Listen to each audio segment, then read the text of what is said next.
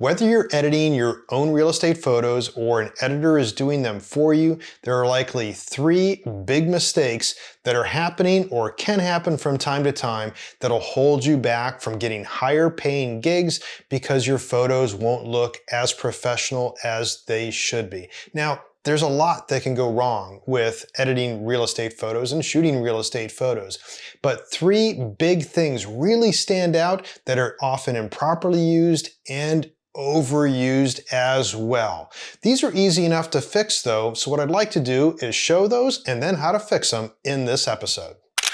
So for those of you who don't know me, my name is Nathan Kuhl. I'm a full-time real estate photographer in Southern California. I've also written best-selling books on specifically real estate photography, and I've worked with a ton of clients, numerous clients, realtors and companies, businesses, and I've shot so many homes over the years. I've seen what works, what doesn't work, what clients want, what clients don't like through feedback throughout over the years. So this is something that gives me insight that I can share with you on what works. And there's always one thing that comes back to square one with all of these clients, and that's that they hire me for the quality of the photos that I produce. So knowing that you could be making some big mistakes will guide you back on that path so that when your photos are seen by clients who will pay you for shooting real estate, commercial gigs, designers, whatnot, you'll have the best professional looking photos and not be making these same mistakes. Big mistake number one, I've seen this a lot recently, especially with other photographers that I've been training.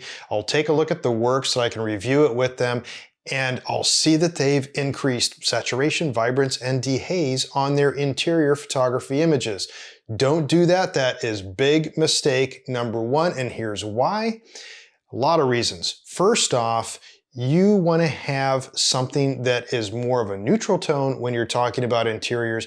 You don't want to be exaggerating the things that will work against you, which in the case of interior photography especially is color cast. So when you are accentuating any color using either saturation, vibrance, or dehaze, what you're doing is you're starting over a saturation scale between first advancing colors and receding colors. Advancing colors are your warm tones, receding colors are your cool tones. What gets saturated first? The warm tones. And that's not what we want. We don't want reds and yellows and oranges to all of a sudden get saturated and then the blues stay neutral. And that's what will happen. So you're just making a problem worse. If you're seeing that your colors are off, that you need to accentuate your colors somehow and you think you do, you need to go back and revisit your white balance settings and also the treatment profiles that you're applying to them. I've got videos, links to the videos on those subjects down in the description for this video, as well as my books on real estate photography and a recent one, Mastering Color in Photography, which talks about this whole thing of the receding colors and advancing colors, and also some of the conflicts that you'll have, which is another big thing, is that if you use vibrance and dehaze, not just for interiors, because you shouldn't be using it anyways, but vibrance and dehaze will overlap. Those algorithms are almost exactly the same except for one small overlapping region, and that's that they both will try to accentuate the muted colors, but what muted colors they select is what's different. Dehaze is used to check the albedo, so it knows certain atmospheric haze colors, and it will then work with that to then decrease those by changing then some of the saturation of what should be in the distance. You try to apply that to then carpet and wall colors, you're going to get results you may not like. Now, it may look really cool at first, but after a while, it's going to be pushing it too far. Once again, if you see a need to do that, something else is wrong. You need to revisit that. The biggest thing that you want to have to make something pop isn't the pop of color. That should already be there. And pops of color with pillows and whatnot are going to be your advancing colors, which would saturate way too quickly and probably already are saturated just from what your camera is providing you. So instead, you want a goal of finding contrast. And this is where, yes, you increase contrast a little bit, you increase clarity a little bit. If you're shooting countertops or anything that has a lot of grain you want to have pop out in it, maybe a little bit of texture as well. But those are the things that you're after, along with maybe increasing the white slider a little bit, decreasing the black slider.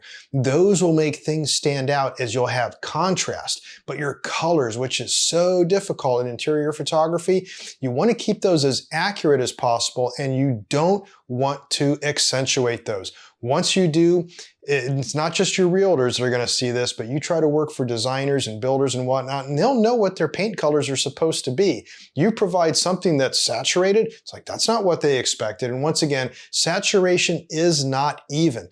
Even in regular saturation, it's going to be saturated, advancing colors first, receding colors last. And if you use vibrance and dehaze, which are already overlapping, using them together, they're going to be messing around with muted colors, which you don't want. Most houses too have somewhat muted colors. Even if you go back to the color schemes of the 80s and 90s, where we had a lot of earth tones, those were still muted colors. You don't want to accentuate that. So that's a big mistake. If you do have problems again with color, revisit that with your white balance and treatment profiles. Big mistake number 2, and that is over-exaggerating the lifting of shadows. Now, we do want to do this a little bit. It really does help when you're doing interior photography, and a lot of times exteriors too, because our eyes will adjust for the dynamic range automatically. But when we use a camera, it doesn't. But if you're exaggerating your shadows too much to really try to up that dynamic range, and you go, hey, look at this problem area that's really dark, I'm going to lift that up. That's great. But at the same time, what will happen is you'll become myopic and you will lose concentration on the whole picture because you're concentrating on one problem area. So a couple things here real quick. You want to be able to light a space properly so that you aren't faced with these shadows. That's something I talk about throughout my real estate photography series. You've seen me talk about this in other videos, I'm sure, as well. So make sure, one, that you're lighting it properly. Use then luminance. If you're using the Flambient method, you want to be able to use luminosity from your ambient layer only in the places where you really want to add something real. You don't want to add a lot more shadows to that. There's no need for that. If you're lifting your shadows a lot, it's going to look very amateurish, and also then it loses the contrast. Remember, we're after contrast. Contrast is important. The colors, yes, that's good. We want to keep those though from being oversaturated, but we want things and elements within a space to have contrast. If you lift your shadows too much, you lose all your contrast. That's not what you want to have happen. You can also get some haloing and weird HDR looks, and remember this also, is that when it comes to color, it's not just red, green, and blue, our familiar RGB. But as I point out in Mastering Color, it's also HSB. We have hue, saturation, and brightness. And that's what colors are comprised of. When you increase or decrease the luminance or the brightness of a color, it will change. So when you're lifting shadows, you are changing that luminance factor. So you're going to be changing colors. You will get unwanted colors in some cases. Things will start looking unnatural and you'll get that weird HDR-ish type of look. Not to bag on HDR photographers, I've seen some of it done really well, but you will have what is often the stereotypical bad HDR look if you lift your shadows too much. So stay away from that. Big mistake number 3, this has been going on for as long as real estate photography and photographers have had digital cameras, and a slider known as sharpening. Do not over sharpen your images. Yes, raw files need sharpening to some degree, but sharpening, let's cover some of the basics on that. Sharpening is not sharp like you would get out of your lens or out of your camera. Sharpening, when you're using a sharpening slider, is doing nothing more than adjusting the contrast between light and dark edges that it detects. So once again, we go back to our contrast thing. We want some sharpening, that's good. Add a little bit selectively. But what's happening in a lot of newer cameras, if you have a mirrorless camera that you bought in the last few years, a new lens for it, you probably look at your images and go, this is so much better, so much sharper than what I had with my old DSLR, but your camera's lying to you. So the camera and the sensor aren't sharper at all. What's happening for the most part is that the software inside of the camera is making those adjustments. Want to see for yourself? Use your OEM software, go inside of it, find your picture profile. It'll be named differently if it's Canon, Nikon, or Sony, but you go into the picture profile and you will see various settings that are automatically set for clarity and for sharpening and whatnot. Adobe has the same thing. Those are in its treatment profiles, and every RAW file is decoded with a treatment profile. Definitely see the treatment profile. I've got a couple of videos for that down in the description for this video, because those are critical. You don't see the sharpening slider move when you apply treatment profile in Adobe. That's because that adjustment is embedded in the profile itself. You will not see it change its slider. So that's why you pull up a RAW file and you go, wow, that thing is so sharp. So instead, go to your picture control that you have in your OEM software, or you can also set this in your camera. Don't use a profile like standard or portrait or landscape. Go to neutral or flat. That's when you'll see what will really happen and what your sensor is really picking up. So anyways, it's fine that your camera does that. Cameras are made to be very intelligent. They're lying to you, but so what? They know that this is the best way that I would sharpen this image. But once that's done, if you take that then into Lightroom or some other program, you add sharpening on top of it, you're going to start getting weird jaggedy edges, a lot of pixelation. And then when your files are syndicated, for instance, if you're doing it for a real estate listing, from MLS to syndication sites like Realtor.com, Zillow.com, all those sites, they're going to get crunched and further pixelated. So if you're going to sharpen, you want to make sure that you're using sharpening with also using the mask slider. Let's take a look at that just real quick before finishing this up. So this is a great example to see sharpening, because this is a high-paying gig, and you think, well, this would be the case where you want to really have as much sharpening as possible. But if you see over here on this finished image, there was no sharpening applied to it at all. So that was done, though, before I did all the editing to it. So let's take a look here real quick. We go in here, and it's sharp, very sharp around here, just like we'd expect, not a big deal. But when we go to the footage, that's where something's different. Now, this was using just one flash shot, and you're not familiar with how I do this flash type of technique. This is in my lighting guide. But anyways, there's a light over here, light near the camera. Anyways, in this particular image, let's zoom in here a little bit and see some of the sharpening. That's where the sharpening was applied before the Flambient blending was applied to it. So we go in here and we can see here, sharpening was at 30. Coming out of camera, this is how it looked. A little soft, but still not bad. When we zoom out here, once again, seeing the big picture, it still looks sharp. There's nothing really soft with it. So we'll go back here and add that in there at 30, but this is the key. Let's zoom back out here and notice that this masking slider is set to 30.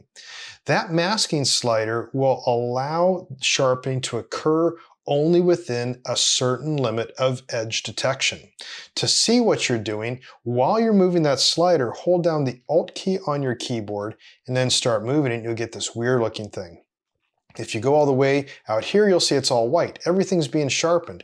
But as you move it to the right, you can see there's only certain things that are being sharpened. And the more you go in here, you see there's less and less and less that's going to be sharpened. So the white edges are just being sharpened. So at about 30, that's pretty good. And just those edges are being sharpened. So that's pretty good. If you sharpen this too much and get it really pixelated, and this is very common. In fact, a lot of defaults from Adobe go up into the 50, 60 range.